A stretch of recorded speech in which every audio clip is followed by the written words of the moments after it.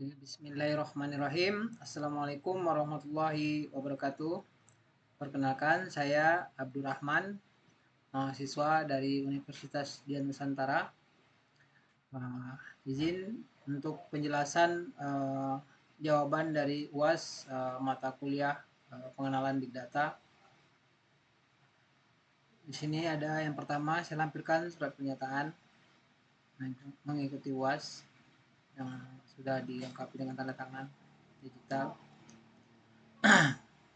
Ini untuk mata kuliah pengenalan Big Data, dosen pembimbing saya itu Bu Neti Norda Eskom MT PDH. Oke, yang pertama di sini soalan nomor 1, yaitu pertanyaannya mengenai pengenalan dan persiapan data. Apakah langkah pertama yang akan kamu ambil untuk memahami struktur data yang tersedia? Jelaskan, memeriksa tipe data dan memastikan tidak ada kesalahan dalam entry data. Di sini semua jawaban saya jawab sesingkat mungkin ya, karena soalannya juga lumayan banyak, jadi saya ambil yang singkat aja gitu. Sini langkah pertama adalah melakukan eksplorasi awal data menggunakan tools seperti Pandas atau NumPy ya. Saya akan memeriksa tipe data setiap kolom, memberi kategorika, dinamis data, dan mencari adanya nilai-nilai yang tidak masuk akal gitu. Selain itu saya akan membuat deskripsi statistik sederhana untuk melihat distribusi data secara keseluruhan. Ini untuk jawaban 1A. 1B, pertanyaannya bagaimana menjamin keamanan privasi data mahasiswa? Untuk menjaga privasi data mahasiswa, saya melakukan yaitu anonimisasi data, yaitu menghapus dan mengganti informasi yang dapat mengidentifikasi individu secara langsung, misalnya nama dan NIM.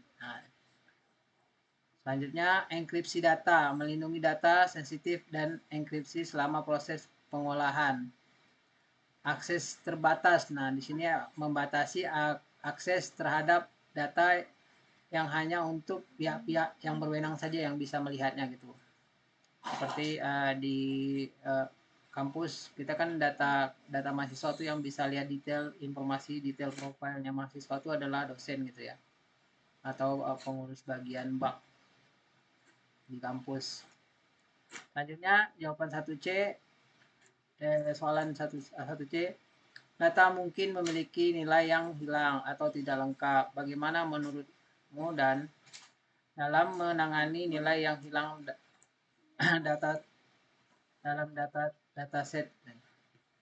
Ini jawabannya, terdapat beberapa cara untuk menangani nilai hilang, seperti penghapusan, menghapus baris dan kolom yang memiliki banyak nilai hilang. Imputasi, mengganti nilai hilang dengan nilai yang diperkira, misalnya main, median, atau nilai yang paling sering muncul. Nah, berikutnya yaitu model prediksi, menggunakan algoritma machine learning dan memprediksi nilai yang hilang gitu. Selanjutnya jawaban 1D, dataset apa aja yang harus dibuat gitu. Nah, di sini dataset yaitu dataset utama mengandung seluruh data mahasiswa. Dataset agregasi yaitu data yang telah dikelompokkan berdasarkan variabel tertentu, misalnya jurusan, IPK gitu.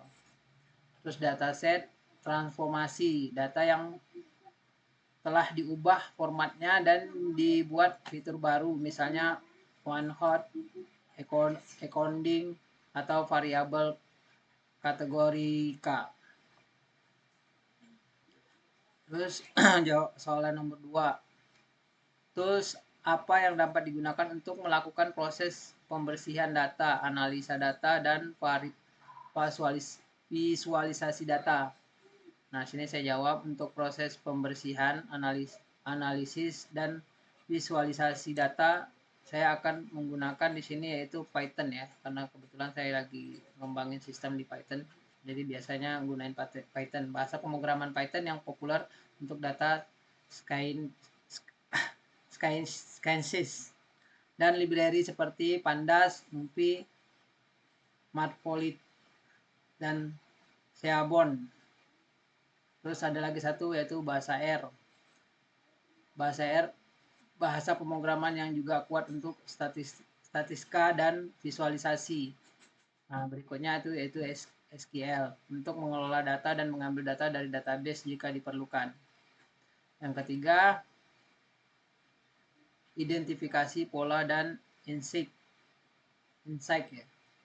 Bagaimana mengidentifikasi pola terkait mata kuliah yang lebih sering dipilih oleh mahasiswa dengan IPK tinggi atau rendah?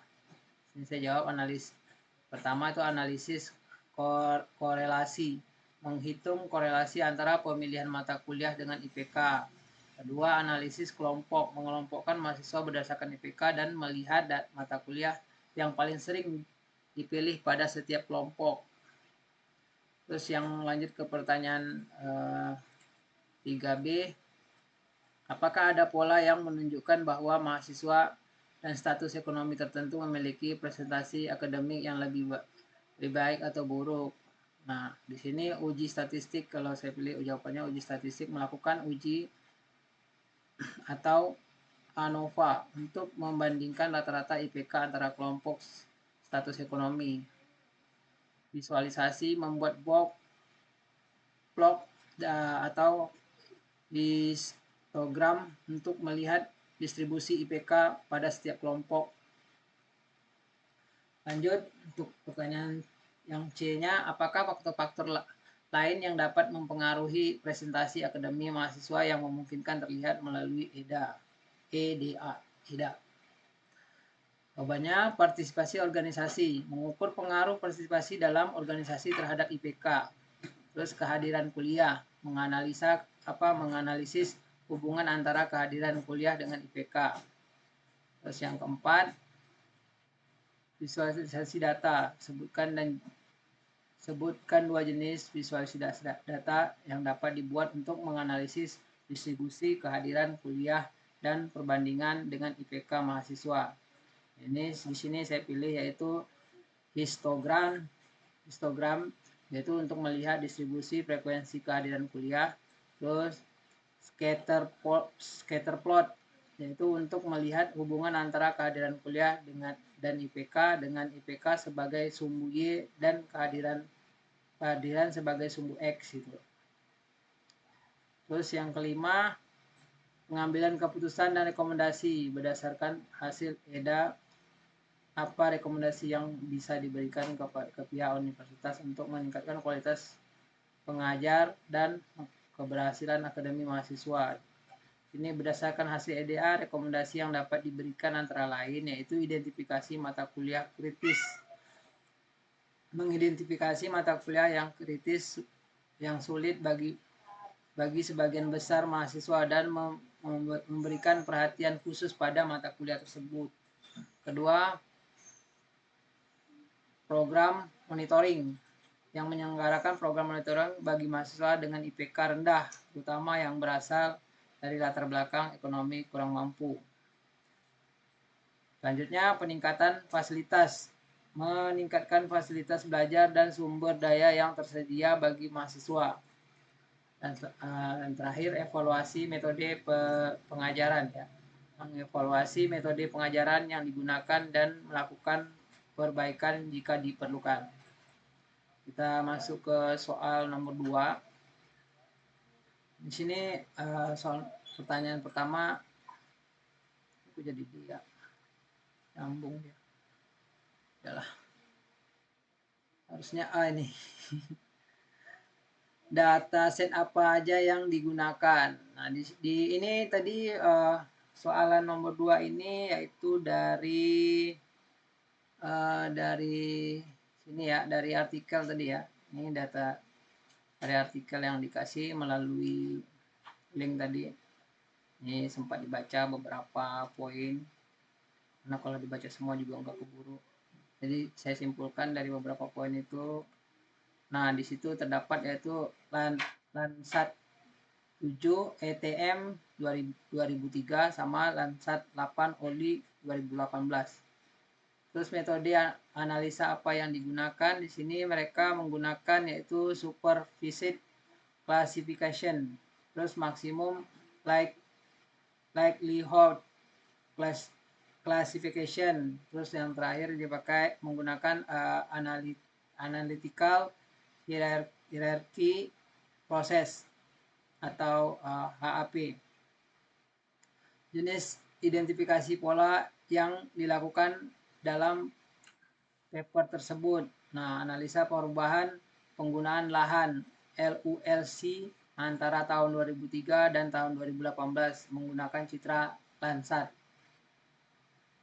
Berikutnya, apa hasil dari analisa data dan paper tersebut? Nah, terdapat di sini terdapat perubahan penggunaan lahan di wilayah tersebut, terutama pada area hutan. Nah, hutan primer berkurang diganti oleh hutan sekunder dan pengurangan lahan lainnya seperti perkebunan dan pemukiman. Selanjutnya, apa rekomendasi yang disarankan oleh penulis? Dan apa rekomendasi yang dapat kamu sarankan juga kepada pemerintah terkait dengan hasil analisa paper tersebut? Nah, di sini yang dari penulis mempertimbangkan hasil analisis kelayakan lahan untuk peluasan hutan potensial dalam perancangan tata ruang. Selanjutnya, menerapkan kebijakan yang mendukung konservasi hutan dan mengurangi laju deforestasi. Nah, rekomendasi tambahan untuk pemerintah tadi yaitu meningkatkan pengawasan dan penegakan hukum terhadap aktivitas ilegal seperti penebangan liar dan pembakaran hutan. Memberikan insentif kepada masyarakat lokal untuk menjaga dan mengelola hutan secara berkelanjutan. Meningkatkan kesadaran masyarakat tentang pentingnya konservasi hutan dan dampak deforestasi terhadap lingkungan dan kehidupan manusia. Selanjutnya kita lanjut ke soal nomor 3, yaitu dari project stone saya kemarin ya. Di sini project stone saya kemarin itu yaitu pengembangan dashboard parkir online untuk pengelolaan data parkir secara real time.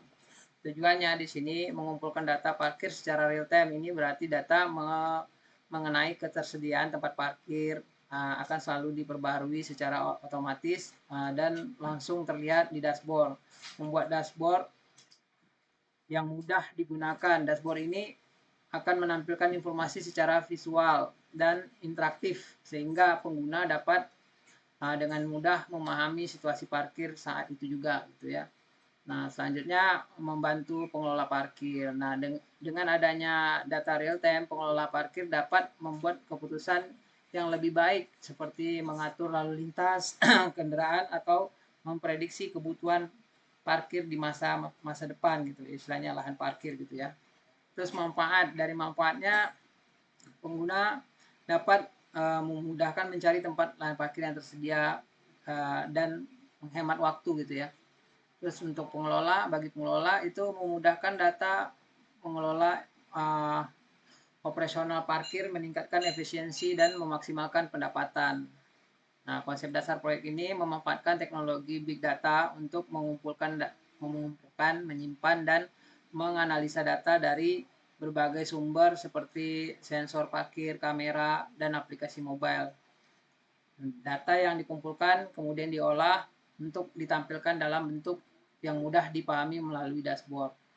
Nah, teknologi yang memungkinkan digunakan yaitu sensor IoT, ya, ada platform cloud, bahasa pemrograman kayak R tadi, tools validasi. Nah, ini untuk penjelasan selanjutnya nanti kita jelaskan lagi.